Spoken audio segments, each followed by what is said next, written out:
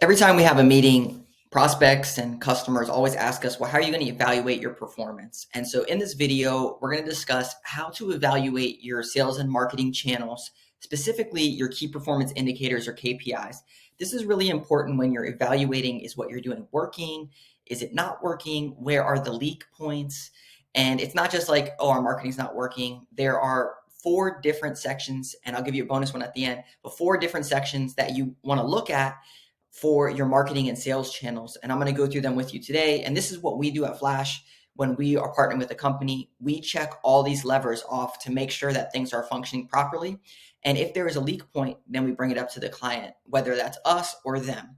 All right, so this is our customer journey, and there's three parts to it. We've made videos about this before, but just a quick overview. You can create visibility for your business, you can convert leads for your business, and then you can retarget past customers for your business.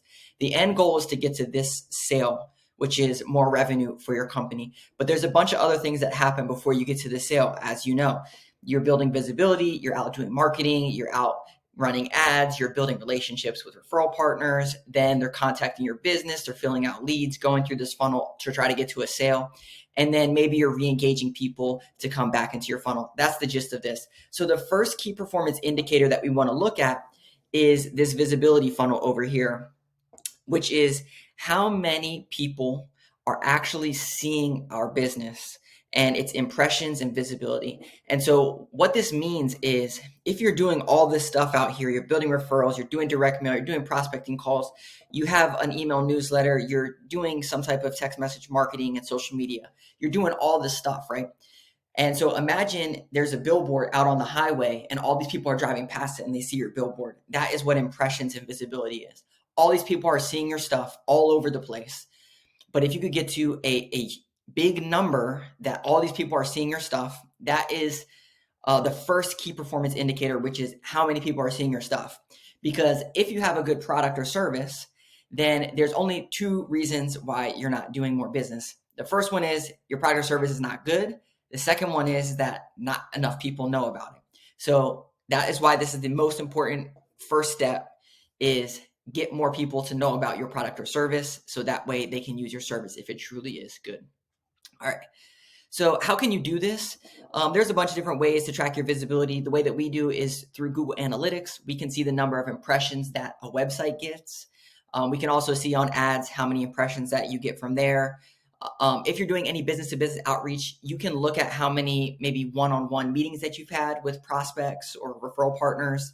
Same with prospecting calls. If you make X amount of calls, you should get X amount and X amount. So that is how you do visibility. From a marketing perspective, what we look at is impressions, and we use Google Analytics for that because from a website, we can see the total number of impressions. From an ads perspective, we can use those platforms to see how many people that we got in front of, and so on and so forth. So the next thing, after you have some idea of how many impressions that you're getting, how many eyeballs on your business, you can actually start to go to the next thing, which is how many leads did that generate? So I got 6,000 people saw me last month, which turned into 10 leads, let's just say. So 6,000 people saw me and that turned into 10 leads. And what that allows you to do is to get to how many eyeballs, right? How many people need to see my stuff before I get to a lead, and you can start to figure out what your conversion rate is. We also like to look at, okay, inside of these individual platforms, let's say it's your website. Let's say 100 people go to your website. Well, how many leads go and then actually come from those 100 people to my website? Typically, we're seeing around 10 to 20%. Our goal is to get every client to 10% conversion rate. And same with ads. How many people saw your stuff? How many leads, your cost per click, all that stuff. And there's a way to drill down on all of these. But high level, you want impressions, visibility, then how many leads or calls came through to your business. And then you can see what a conversion rate looks like from impressions to leads. All right. So that's the second step. The third one is actually getting to the point where you book a job. So on this funnel, you have your visibility, you have your leads, then you're actually scheduling an appointment of some sort and going out to do this job. Now, when you schedule an appointment, you probably haven't collected the money yet, but you've scheduled that appointment to happen. And so what this is looking at is from leads to appointments. What is that conversion rate? If I gave you 10 leads, how many appointments are you setting off those 10 leads? Is it 5? Is it 3? Is it 7? Is it 8? And then are there ways that we can increase that conversion rate? And yes, there are. We made videos about that before. But figuring out these numbers is very, very important, because then you can work backwards. If I increase my website traffic to 200 and I convert at 10%, then I'll go from 10 leads to 20 leads, which my conversion rate, if I know how many jobs that I booked, will then give me that number. And so you can start to work through the funnel and you can start to see how this works. So jobs booked. And then finally, when we get to our revenue and sales, how much money do we actually collect from these appointments? And so if we can work through these 4 steps, then we know that if we increase this, if we pull this valve right here and we increase our visibility on all this stuff, then presumably we'll increase our leads, which will increase our scheduled appointments, which will increase our sales. And then we can go all the way back and say, okay, did this come from this, this, this, or this? One of the bonus steps in here, and you can see it right here, is your estimate, price, and proposal. So every business is different, but what we found, let's say you're an HVAC contractor, you get a lead, they need a new unit, you go out there to give them an estimate, and then you either sell the job or you don't sell the job. Well, let's say that the sales doesn't happen, but is it the lead's fault or is it the salesperson's fault? Here's a way that you can figure that out. Once you get to this estimated proposal, let's say that you've generated $1 million in proposals. Well, you can work through this entire sequence and say, okay, I got $1 million in proposals, but I only closed $500,000 in jobs. So that means that, just very high level, that's a 50% conversion rate. Is that good? Is that bad? It depends on your business. Typically what we recommend is a 60 to 70% conversion rate, but it all depends on the lead. If you get super cold traffic, it's going to convert, 20, 30%. If you get really warm leads, you're going to get, 70, 80%. It just all depends on the lead. But overall, I think a good number is around 60%.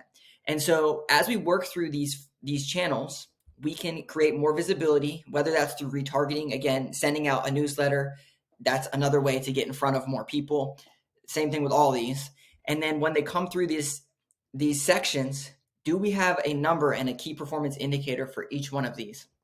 What I would recommend is, if you have a goal to hit a certain amount of revenue, then you can work backwards. So if your goal is to hit $1 million, then that means at a 60% conversion rate, you probably need to generate around $1.8 million in proposals, which, if you want to generate $1.8 million in proposals and your average sale is $10,000, then you're going to need to schedule 180 appointments, because each appointment's worth $10,000. 180 appointments divided by 12, that's going to tell you how many leads that you need each month.